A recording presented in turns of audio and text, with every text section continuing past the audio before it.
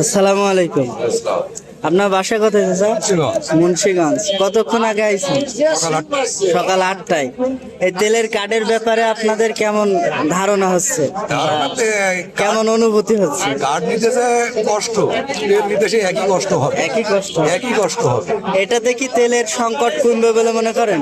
মনে হয় না, কারণ বহির্বিশ্ব যখন সংকট, তাহলে আমার বাংলাদেশে কিভাবে কমে?